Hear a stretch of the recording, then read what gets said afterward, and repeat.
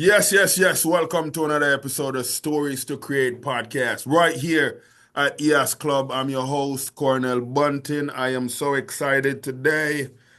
We got quite a bit we're going to be unpacking. We're going to dive into some love conversation. But before we dive into all that, we're going to have our guest today on the show tell a tale who is an educator.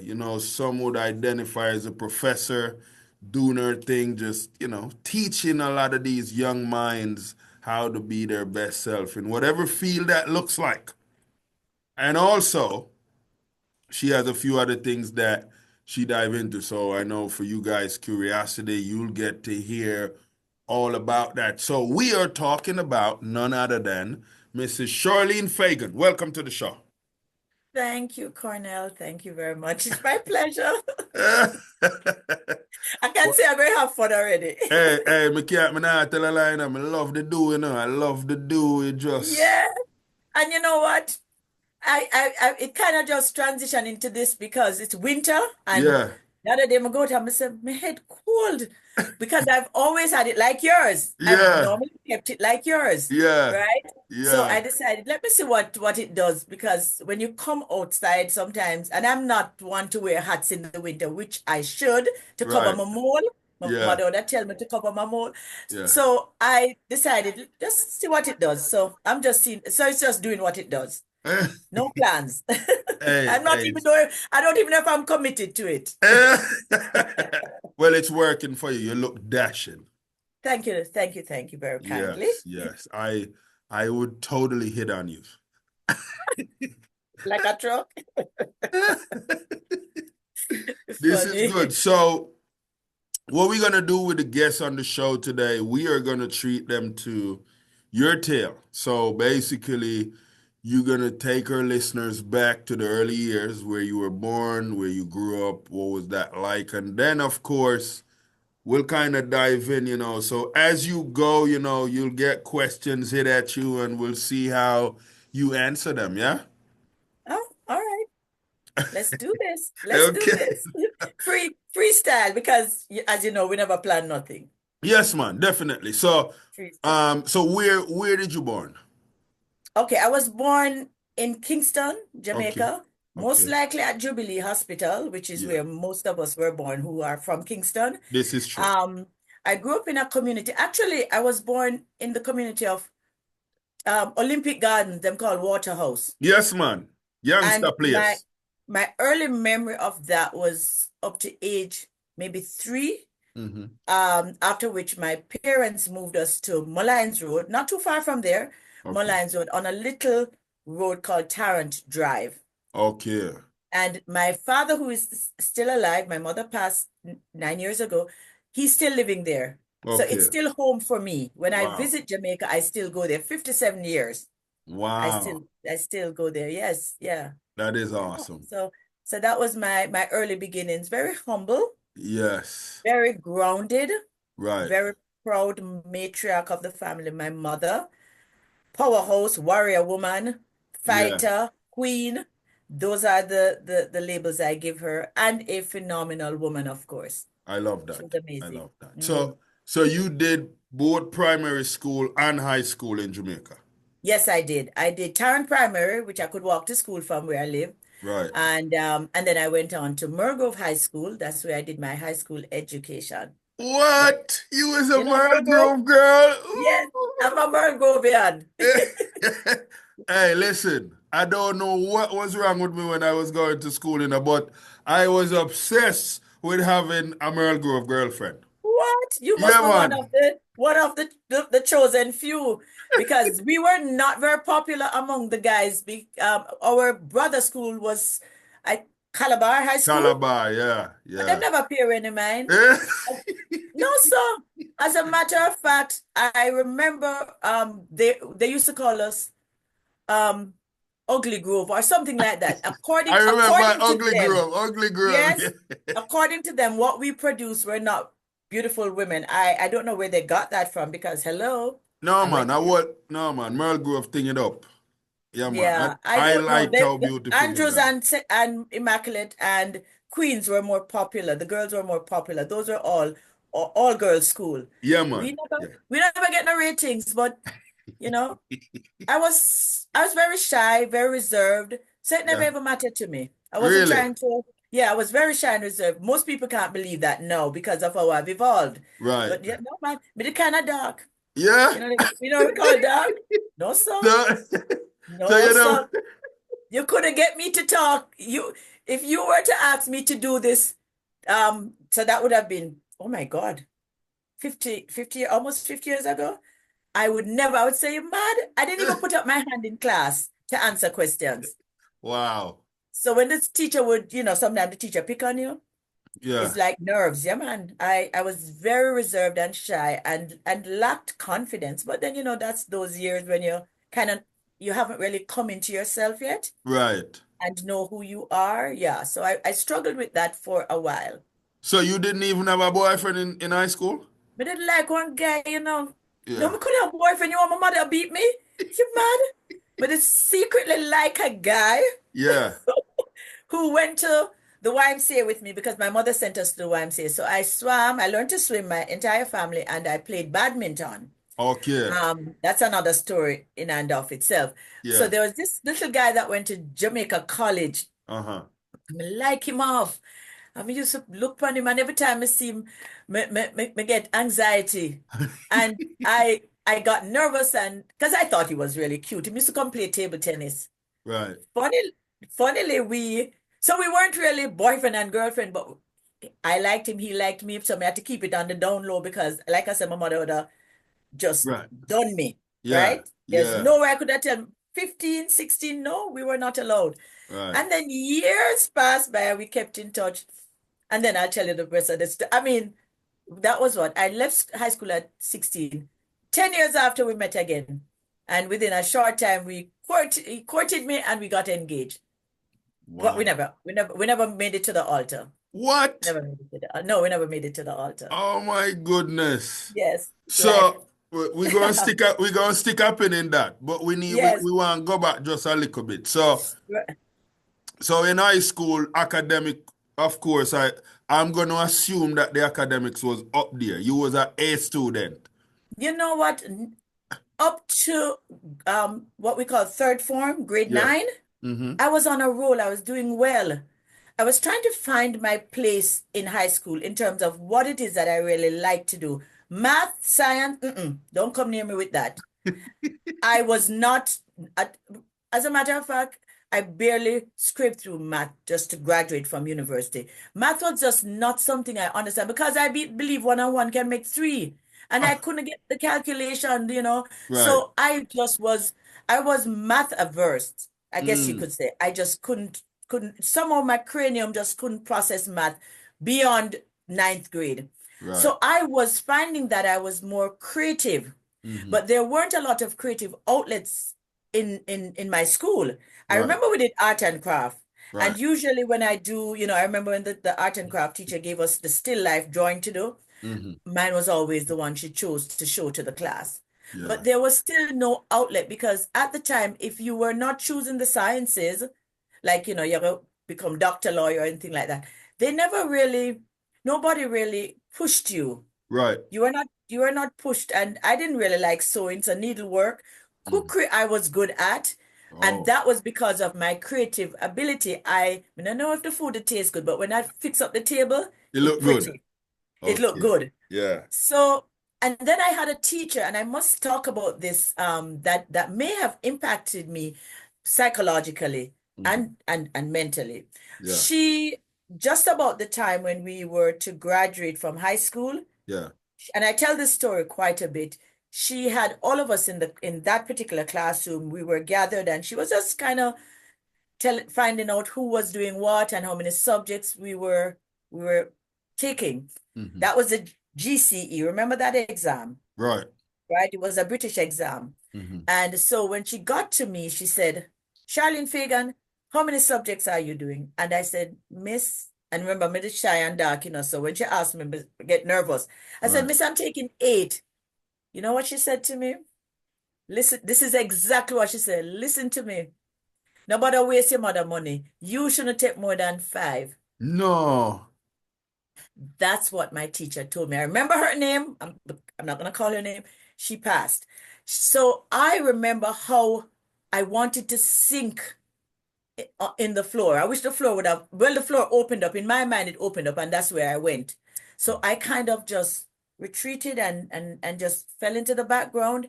And that further actually created for me this lack of confidence in myself. I Mhm. felt like, me done for now. Yeah. Because now me done. And Wow. all along, I was doing well. Primary school, I skipped grades. One, they put me in grade one, your first grade, and the teacher told my mother, no, she has to go to grade two. I didn't even go to grade five. I went from four to six. So Wow. clearly there was something about me. And Oh I knew I yeah. was a bright person, Yeah. but there Yeah. was nobody. My mother would encourage me, my forehead big. She say, that's where all the brains them there. Them call me Buck Buck. Me get all them names there.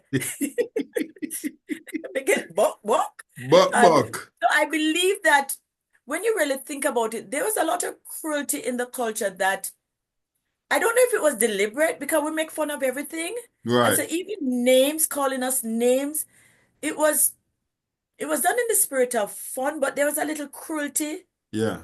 Yeah. underlining, I would say cruelty there. Right. And as a young person lacking confidence, it just, floored me when my teacher told me that. So I don't think I excelled the way I could have. Right. I didn't ever, my mother was supportive, but really have no the teachers. I think the teachers at that time, in the name of being strict, Hmm. they did not realize that they disempowered us a lot. Right. They would say stuff and they were often cruel, I think, Yeah. Yeah. you know. I think the culture we have there, I don't think the teachers realize that. And they No, do they that. thought they were being strict and them care for you and them trying Right. to push you, Yeah. but no, the name calling and the telling you that. I mean, imagine telling me in front of my class that I mustn't do more than eight because she said you're going to waste your mother money. Did I Yeah. mention that? Yeah. Yeah. She You said did. Yeah. nobody waste your mother money. That's Why, what she that said to rough. me. That rough. It So, was rough. so for the listeners, how many did you take? I took how much minute? I took all eight. I took Okay. all eight. I do believe when I was doing the math, I remember the day of the math exam, I got sick in the math exam. I had to Oh, go to the nurse's room, and then suffices to say I didn't pass math. right. So I passed three subjects: religion, Yeah. food and nutrition, and history, because I Wow. liked history. Caribbean What was history. Yeah, or was it English? I think it's four I got, but one of them was low. I Okay. got a distinction in food and nutrition. Let me say, to pretty up the table because I'm very creative like that. Yeah. I decorate right now. I decorate spaces. It's one of my hustles. So I think the creativity of what I presented made the people then when them taste the food, it probably tastes good. Okay. I'm a good cook now, though. I'm a good cook. I love that. I love that. I love that. Yeah, so that was that part of my story. Now, you finish high school, did you start Mhm. working in Jamaica or you left Jamaica? No, I immediately had to work. Did not have enough subjects to go to sixth form. Right. Remember, sixth form is where you transition before college or Right. university. Didn't Right. have enough subjects. Plus, my mother never have any money. Right. I, Right. on my own, started to do some extra lessons, trying to qualify to see if maybe I could go to college in Jamaica, but it didn't work out. And Jamaican education, it's really for a select few. I don't know, people might be mad with me, but at the time, only a select few entered Right. into the university. It was very tough. The prerequisites to get into university to me were tough. So Yeah. I worked. I immediately went to work. They didn't even want to hire me because I just turned 16. And Right. I think at the time 16 was I think you had to be like I just turned 16. I don't remember exactly what happened, but I remember they didn't want to hire me. So I worked with the Ministry of Public Utilities and Transport. That was my first job. Okay. After which, what I think I worked there for a year. I decided to go Cayman go for a visit Yeah. and stay in other people them country longer than I should, and them send me home. I was not deported. They sent me home. You overstayed your I stay. overstayed, and they sent me home. I Yeah. was 16 and just being idle and Yeah. Then I went back home. I got another job with the telephone company of Jamaica. That was the name at the time. Mm-hmm. And so I worked there as a permanent temporary staff. You know that your temporary, so every so often they renew you after renew your status, your Right. employment status. And so I worked there for 3 years. I don't even know what I did. It was just I don't even know if I was productive. I didn't like it. It didn't do anything for me. Right. I was just going through the motion. I was just going to work. Yeah. You were just in the space. If someone had looked at you and said, "What do?" You couldn't explain to them. I probably couldn't explain it. I know I started off in customer service, which was the best part of what I did because I'm very sociable and love people. So Right. that was wonderful for me. And then they moved me to another department where I don't know my production. I know eventually them tell me to leave. Them said, you're no longer welcome here. Yeah. But but during that time, in between that time, at the age of 20, I had a terrible car accident. Mm. And I was unable to work. I was hospitalized for about a month. Oh. I was airlifted from St. Anne's Bay Hospital to Kingston Public Hospital. I suffered like concussion, several lacerations in my face. Wow. It was brutal. Yeah. So Wow. there goes my modeling career. Oh my goodness. I Was want to be a model. so that was something that you thought of, becoming a model. Oh no, I'm 5'3". It wasn't gonna happen. That It was in was, my head. That was in my head. That I was being delusional. yeah. But the accident did kind of put a damper on just my spirit, my life. I felt, at 20 you have all these scars in your face, Hmm. and it you imagine the self-esteem that I was just trying to build, just Right. plummeted, and Wow. I had to build myself again up because Yeah, people would say, "What happened to your face?" I had two plastic surgeries subsequent to the accident, so that kind of helped me to regain some of my confidence in myself. I see. Yeah, because Jamaica is again a society where people would just come to you and say, "What happened to your face?" Yeah, It's man. who, yeah. What I used to be asked, were you fighting? Because I have one of the scars. It's yeah, yeah, bad girl. Yeah, Yeah. I got it all. So it was a situation that was very delicate for me, Right, right. and I had to really look within and see that I was more than all of that. Hmm.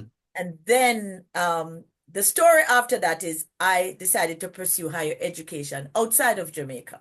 Right. Went back to Cayman to visit again. They Hmm. welcomed me. So I never Yeah, did get deported at 16. And I yeah. went back just for a visit to visit the friends that I had met at the time I went in. And they encouraged me to stay. And I'm like, no, I'm not stay again after the people them run me out of them country. Oh, no, want me to stay. So they told me about a college in a town called Newlands, and they were having an exam. It's the GED exam Yeah. for those who were interested in enrolling in the college. So I went and I did the exam, and you kind of forget about it, gone about my business, gone back to Jamaica. And one day my mother called to say there was a letter for me. So I said to her, Mama, how long was this letter here? She said, it come a few weeks ago. When I Whoa. opened the letter was accepting me. I passed the GED way up, high percentile. And they told me that I only had 2 weeks in which to decide if I was coming to the college. Wow. So I I decided to take it on. Me now have no money, Yeah, Cornell. I have no money yeah. for go college. So I went to a grand uncle, my mother's uncle, and he said he would help me. And so I'm gathering whatever I could to make my travels overseas Right. and put together one semester money and my plane ticket, and off I went to Yeah. Cayman. Wow. And that was the beginning of my what I call my greatness. I Yes. came into my greatness at that point. I love that. I love that. So you Yes. you you completed college in Cayman and I completed college just the first 2 years. The Mhm. president of the college saw my abilities. He saw that I was this bright person. I was excelling in the areas that I was interested in, but the college did not have the program that I wanted to pursue, which is psychology. They Okay. only had like a counseling such degree. Right, right. And he assisted me through some connections he had in Florida at Mhm. a HBCU, Florida Memorial University. Yes, And he knew the vice president, so he made some connections and I got a scholarship from Cayman and I attended Florida Memorial College, which is where I pursued my undergraduate degree. that's beautiful. Wow. And then I went on to graduate school. So that is just how my story just evolved. And honestly, it was God, Yeah, prayer, yes. and me That's in that amazing. order. It had to Wow. be because I always say I went to Cayman with $500 and a prayer Yeah. and worked my way You work to your that. way up there. Yeah, yeah. No, so when did you first got your first job to teach? Ah, so at the end of my studies, Hmm. one of my professors from my undergraduate Hmm. school, she contacted me and she Hmm. said, there is a position at the college and I think you would be perfect for it because I did well in my courses. And she said, why don't you come and interview for it? So I went in. It was a student service counselor position. Okay. And so I went in, did the interview, and this part of the story I have to tell you. So you know how we have manners. We come from Jamaica, you have manners. Yes, man. When I was completing my undergraduate studies, I would often go to that same department to seek advice because I wanted to know what would be the best area to pursue my master's in. Right. And so I was going to see the counselor regularly. So there, the lady at the front, the administrative assistant, we used to call them secretary. I Right. would often well, I had to pass through her to see the counselor. And each day I would go there, I would say, good morning, you greet her, can you have manners? Good morning, Mrs. Yeah, Rice, man. whatever. Good Yeah. afternoon, whatever time of day. And while I was in the interview, she came in and saw me and she remembered me. And I saw her call the director who was interviewing me and she whispered something to him, and I'm like, what's this? He came back to the interview. He said, the interview is done. Mrs. Rice said, I have to hire you because she remembered you as a student. You were well-mannered. And Wow. Mama used to tell me that manners take you far away Yes, and man. Yes, everything. man. This So is I true. was hired on the basis of just having manners and I suppose for, my abilities. But the interview was cut short there. During Wow. that time, the same professor who had recommended me for the job, she was the head of the department, the psychology department, social science department. Yeah. She said to me, Charlene, there's a course that I think you can teach, and it's group dynamics. I'll never forget. So I ended up teaching at my alma mater. Okay. And that's where my teaching journey started. I Wow. and I realized that that was my gift. That was my assignment. That is my assignment because I'm Right. still teaching. Wow. And I believe that that is truly my assignment on this planet. I love that. I love that. Now, take us back to what happened when engagement and all these things happen. Why we never So, go all the way and just get the woman? well, it was so, like I said, it was like somebody I knew in Right. my past, and we kind of kept in touch on and off. I had just um the year I met him again, I that was the year I went back home on my way to school in Florida. Right. And the relationship I had while I was in college started before college. That was the person with whom I had the accident. We broke up the summer on my way to college in Florida, if that makes sense. So I went back Yeah. to Jamaica for about 3 months and we broke up. Him just tell me one day, it done. Okay. So heartbreak and devastated. So, you have to work with that. And I'm now on my way to college in Florida. So Right. went to college with a broken heart. And Oh, so the December of that year, Gilbert was that year as well, 1988.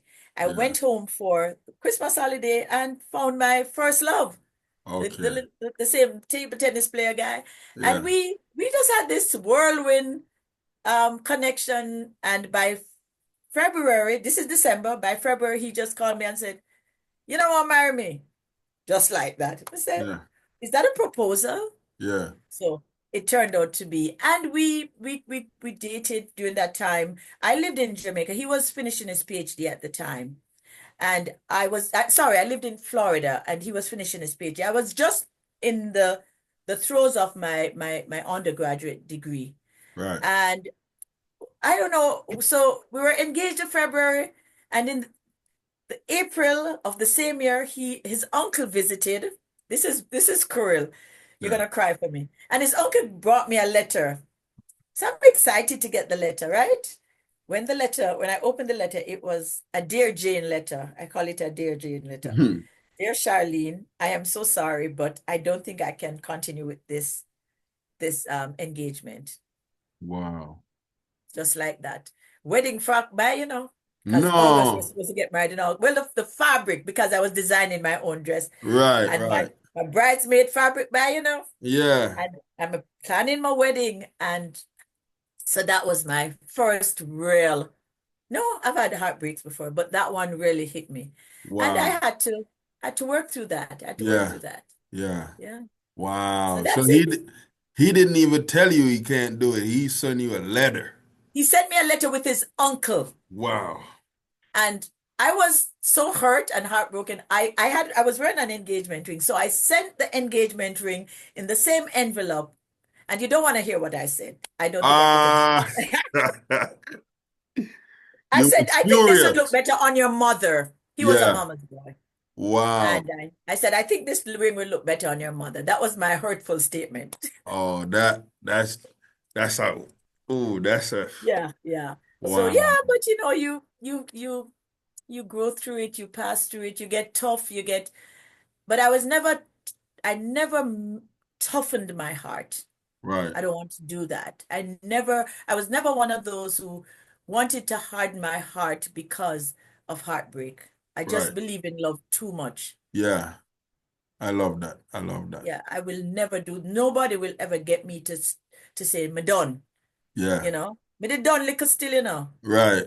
But I never really closed off my heart because love is too beautiful. No, Love is it's such a beautiful. beautiful experience. Yeah, man. Love is beautiful. So, I mean, after that happened, when did you open up again to say, you know what? I'm gonna Am I give ready? the next person a chance. So I was always open to love. Hmm. I honestly was always open to love, but it took a while for me to really meet that person with whom I felt a connection. By this time, I was evolving into this um, person that was, I think I was moving towards a higher consciousness, Right. even at that age. This is in my 20s. So Yeah. I always wanted more for myself. I always knew there was something great in me. I knew I possessed great powers. So I always had my heart open. But during that time, I really never met anyone that I connected with to the point of, say, solidifying a relationship. So Hmm. all through college, university, I I was single. You dated, but nobody really, you Yeah. know, moved me the way I like to be moved, to be I see. part of a relationship. And then I was looking to connect more spiritual, not so physically, because Right. we're Yeah. so physical. So it took a while, and I ended up meeting my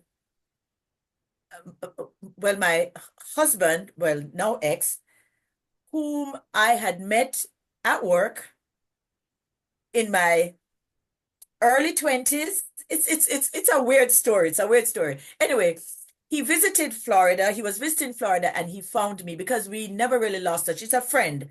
I knew Right. him from I was working. We were both Okay. friends at the company. He worked at the telephone company. And on a visit to Florida, we connected and we were just hanging out. And he said to me, I don't want a relationship because I'm going through my own, he was going through a divorce at the time. And Yeah. we said, all right, we just hang out. So we were Yeah. hanging out. And but those words never came true because we started to pursue each other. And then I said to him, I don't want a long distance relationship. He didn't want to live in the States. And so he said, well, come back home. Yeah. So I went back home to Jamaica after that um job working after that career of teaching, student service counselor. I went back to Jamaica in the middle of that, and we pursued. We didn't get married immediately. We pursued a relationship. We ended up moving in. I ended up moving in actually, Hmm. and then my first child came when I was 32. By this time I was like 30 going back home. And within Okay. 2 years we had our first child together. He Okay. had previous marriages and Okay. children before. Okay. And so my first child came, my first Okay. son. Okay. And so I lived in Jamaica for a little while, trying to find my footing in Jamaica. Yeah. Just didn't, just didn't find it. Yeah. I've always been a hustlepreneur, right? I'm a Right. hustler.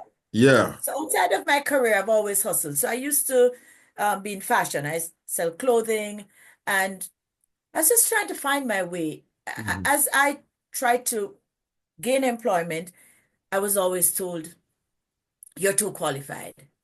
We can't hire you. We can't pay you." So the two jobs I took were the two jobs that made me realize this space is not for me. Yeah. Didn't have the most empowering bosses. Hmm. Unfortunately, I had two female bosses. They were it was disastrous. Yeah. Now Yeah. I'm not a difficult person. I don't Right. think I Right. just had difficult bosses. Yeah. I understand. And Wow. I'm a woman who believes in women empowerment. I Yeah. remember my second job, I said that to my boss, and she said, "Don't be throwing these words around. I mean, these phrases, these catchphrases." That's because I told her she was not very empowering, and I didn't feel I belonged there. So I left Right. that job, and Yeah. within a few weeks, she asked me to come back, and she Right. apologized. And within a few weeks, she did the same thing again. So I left. And then I just felt restless. I'm in Jamaica and I'm Hmm. restless. I don't know if to do it myself. Yeah. I knew there was more in me, but I just couldn't find it. So a friend told me about coming to Canada, and I told my baby daddy was at the time. He wasn't my husband yet. We weren't married yet. My Yeah.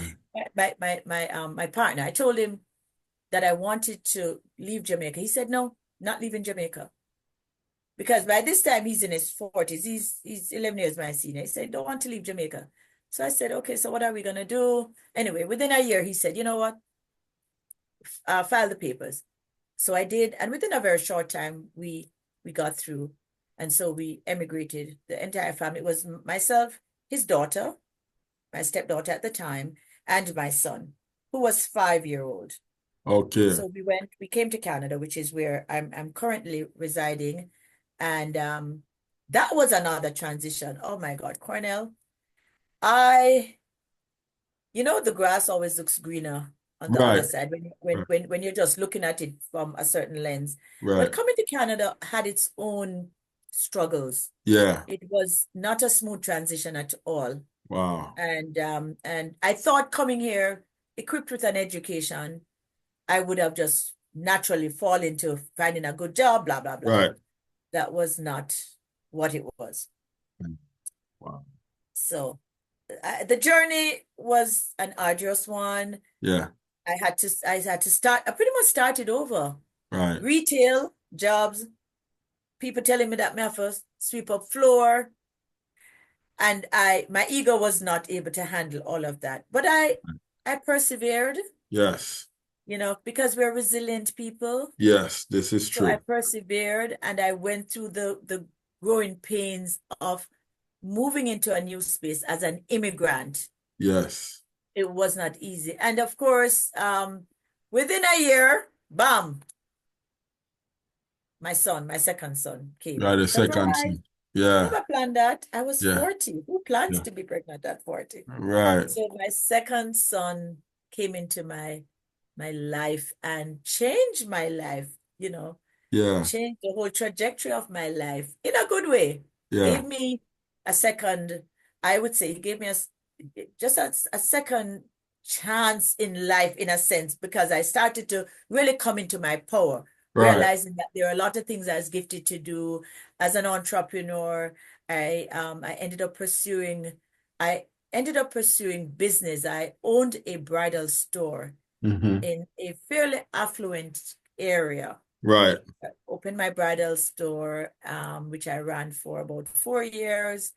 And then I garnered a position at a college where I stayed for quite a number of years, over 8 years, Wow. in the area of social science, an area that I love, teaching sociology, psychology, um, human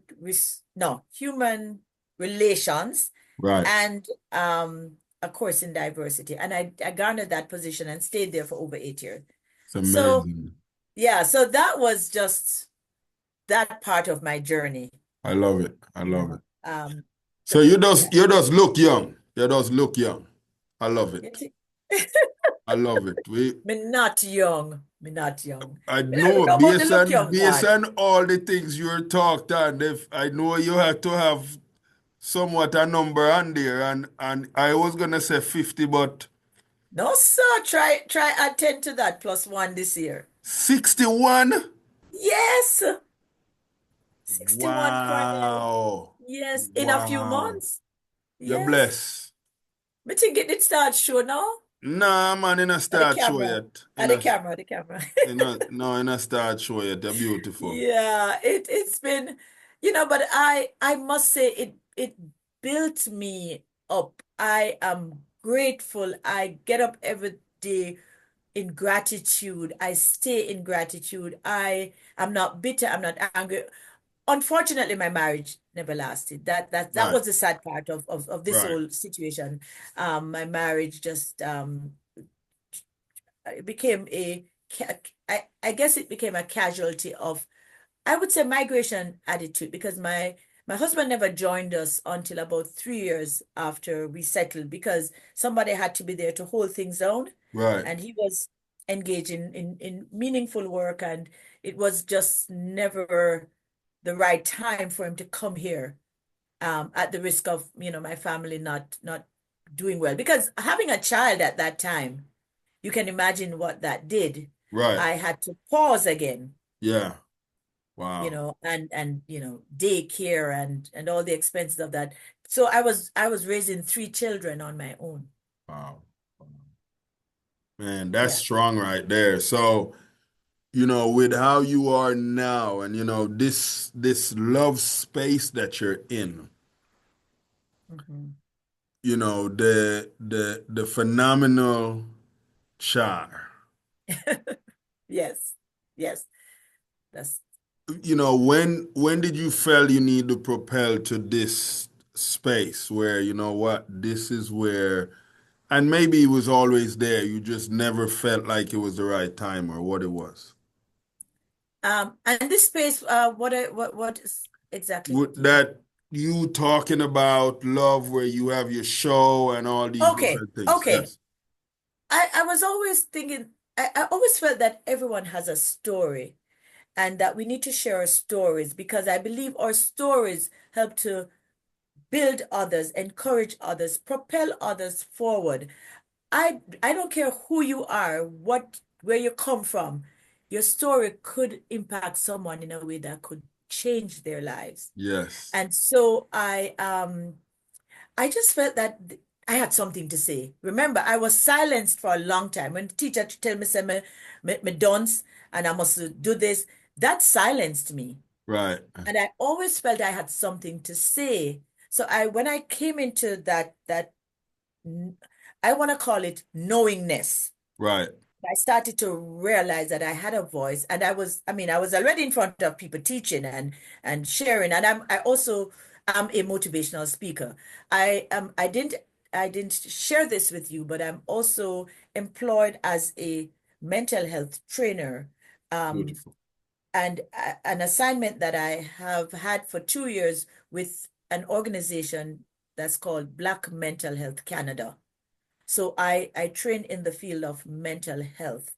I love that Um, and in fact, this week was my last of four visits to a correctional facility, where I spoke to the inmates, trying to encourage them, trying to um, equip them with what I feel are tools for life. hmm They are incarcerated, but I felt that there's still something that can come out of them, because some of them may be released. Right. right? Right. And Right. at some point, I think maybe all of them will be released. So when I find that I have these gifts, I want to share these gifts with the world. I want to be seen, Mm-hmm. not in a not in an egotistical way, you know. I just Right. want to be Right. seen. I want to be heard. I feel that I need to share. I need to let people know that here I am. I belong here, and in this current space, I can share my story, and perhaps something that I share may have resonance with someone. Encourage them, you know, a little girl that feel like she don't Yeah. that may have heard her teacher say, "Boy, you can't do this." Right. Maybe she can realize just through my voice that she Yeah. can. I love that. I love that. Now, when when you go into even a space where people are in their compromise, like the jail, the correction center or whatever, to motivate an individual that is possibly looking at a lot of time that they're losing out on, what they could be doing out here, how do you encourage them to just get them into that mindset to understand that it's going to be okay? All that is going to be there when you get out. It's challenging, it's tough, but I'm very realistic about what their situation is. Right. So I don't paint these pictures of, you know, everything is going to be nice and flowery. I want them to understand that while they exist in that space, there Right. is still the mind Yes. that they have that power, and the Mm-hmm. power of their minds. In fact, this week I actually spoke to them about how they can stay there and still cultivate a space in their mind so that when they get out, they can be better to themselves and society. That's Um, amazing. yeah, this last conversation I had with them, I call it conversation because I'm not a preacher type. Right. While in conversation with them, I asked them to just share some words of affirmation Yes. for themselves. So I gave them a few minutes to just think about it. And it was amazing what they said. You know, Mm-hmm. many of them do have hope. Right. Well, they have hope that one day they'll get out. And there are some repeat offenders who have now promised themselves that they will no longer get into that space where they can return. Right. And so part of what I try to share with them is how powerful they are, Right. and that they have to first see themselves as powerful beyond the walls of prison, and Yeah. use the power that they have within to cultivate a mindset of knowing Right. that when they get out, they will not reoffend. That's But amazing. it takes a mental process. Like I tell them, you're in a physical prison, but you don't have to be in a mental prison. Right. Right. Right. That's beautiful. Oh my Yeah. goodness. Yeah, I love that. Yeah, and so we had this it was, I would say, a beautiful discourse. You know, we Mhm. talk and they shared, and one of them said something that kind of moved me to tears. He said, "I want to get out of jail. I need to Yeah. get out." And Wow. so whatever it takes at this point, I will have to do. You Yes. know, Yeah. it's when you see their faces, you know, they could be my sons, my brothers, my uncles. You understand that so many of them feel disempowered. They Yeah. don't feel as if they have any hope. So I'm there to try and at least give them some sense of hope. I love that. I love that. Yeah. Now, because we're in the last leg of the segment, what Mhm. would you say to the audience on love? Like, because there's a lot of people that misunderstand love. People say they love someone, that they want to stay in a relationship, but they're abusing to that person, and they're trying to convince that person it's really because I love you why I do this to you. How would you speak to that? To me, the word love is so vast. Yeah. It's infinite. I don't believe that love can be defined in just one word. Love, I first of all, I am love. Mm-hmm. I Mm-hmm. exude love. Mm-hmm. I will always be love. Right. So I as as a person who personifies love, I can always love and love again. There is no limit to how much love I can give. Right. And I don't think we came into this existence to just love once or one person. And love, the vastness of love is you can love your children, your parents, your partner, your friend, your co-worker. Love is so vast. So for me, as long as you understand that you are love, you can always share your love with others. I look at even romantic love differently, Cornell. It's not the butterflies and the feel good. That is good too. That's nice too. But it is love of self first, which Right. is what my topic on my podcast is first self-love. First self-love. Yes. And if you have that, if you possess that, you can love a gazillion time Oh, over, definitely. Definitely. right? And Yes. you can basically love even the unlovable, Mm-hmm. depending on how you see love. I believe I am of God and God is love, and therefore I am love. And Yes. if God is love and I am love, then I will always have love Yes. because I'll always have. So I look at love in a very spiritual way now. Mm-hmm. It's Mm-hmm. not so much the physical way that we look at love. We define love by what you do, what you get, what you do for the person. And if you truly love, you will not hurt people. Yes. Yes. Yes. And if your love comes from the source, which is God for me, you Right. can't hurt people. This is true.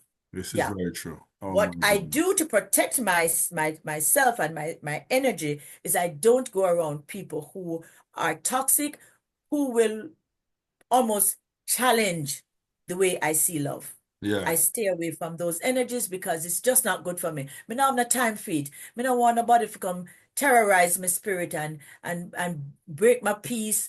I'm really in that space of peace and love, and I refuse to compromise there. So what I do now to protect my peace and my love is I do not engage in anything that's going to compromise that because I I'm love still that. human. I'm Of still of human course. form. Of You course. understand? And Yes. so how I do, I just try to get in touch with my higher self. And each day I try to build my higher self.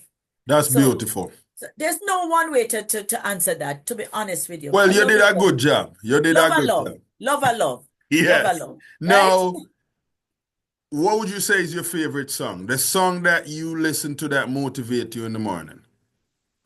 A whole heap of them now, but me love Dennis Brown. As a matter of fact, I just play some Dennis Brown. Okay. Um, Love and hate could never be friends, Oh, because yes. That's big. that That's I big. love that song. Every time I hear that song, it lifts me up, it builds me Hmm. up because it is such a truth.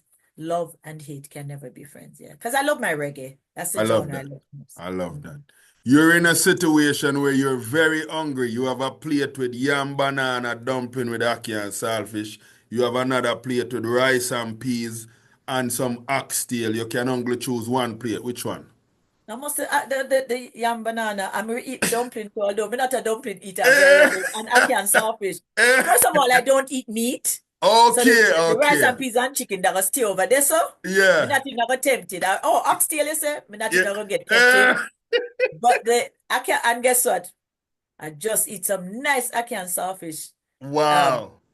on the rock Amazing. recently. I love it. I love it. I Yes, love it. so that would be it. And you just got back from Jamaica. Yes, yes, yes. It's Jamaica still in me. Yes, Spoil I still yourself. spoil yourself, of course, and that's where I spoil myself Yeah, traveling to Jamaica. That's where my spirit comes alive. But yeah. Jamaica, nice. Yeah, we have to talk more upon this, but what I'm gonna do right now, because you have done so well to my listeners on the show. I am so grateful to have you on the show. Thank you. So I wanna thank you for being on the show today, sharing your story, taking us on this beautiful tale because that was lovely. And so with that, how can people find you? Where can they find you? What does that look like? Okay, so I am on YouTube as Let's Chat with Phenomenal Shar. That's my podcast. Hmm. Still trying to get it together, solidify it, as well as I have my email address. The simple one is Irie Wellness Living, Hmm. IRIE Mm-hmm. WELLNESS, Okay. living at Gmail.